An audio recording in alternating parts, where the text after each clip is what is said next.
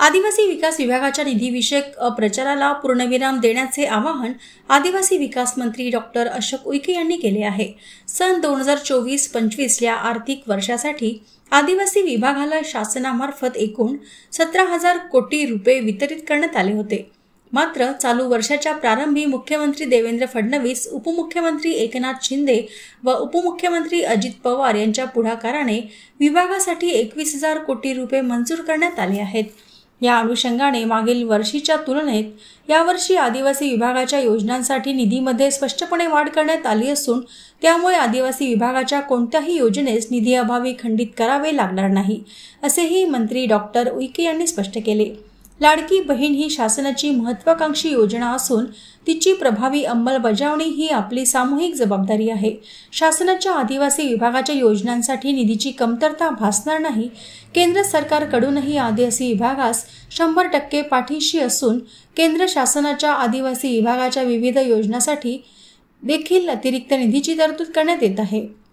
त्यामुळे निधी कमी केल्याच्या किंवा योजना बंद केल्याचा कुठलाही अप्रचार चुकीचा असून तो तात्काळ थांबावा, असे आवाहन डॉक्टर उईके यांनी यावेळी केले। महाराष्ट्र शासनाच्या वतीनं मागच्या वर्षी 24-25 या आर्थिक वर्षामध्ये आदिवासी विभागाला एकूण 17,080 कोटी रुपये दिले होते आणि या वर्षाच्या सरकारमध्ये माननीय मुख्यमंत्री देवेंद्रजी फडणवीस, एकनाथजी शिंदे आणि अजितदादा पवार यांच्या नेतृत्वामध्ये आदिवासी विभागाला 3240 कोटी रुपये वाढवून दिलेले आहे।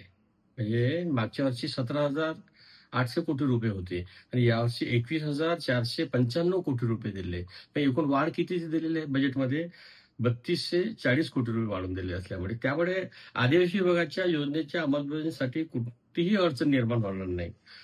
त्यामुळे लाडकी बहीण ही योजना महत्वाकांक्षी योजना आहे आणि त्या योजनेची प्रभावी अंमलबजावणी होण्यासाठी ही सर्व सामूहिक आणि सर्वांची जबाबदारी आहे। त्यामुळे आदिवासी विभागाचा निधी कमी केला, मागच्या वर्षापेक्षा मागच्या बजेटपेक्षा 100% बजेट वाढवून मिळाले, जास्त बजेट मिळवून दिलं।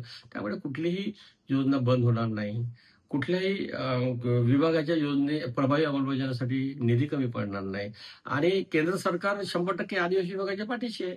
केंद्र सरकारच्या माध्यमातून विविध योजनेसाठी निधी मिळणार आहे।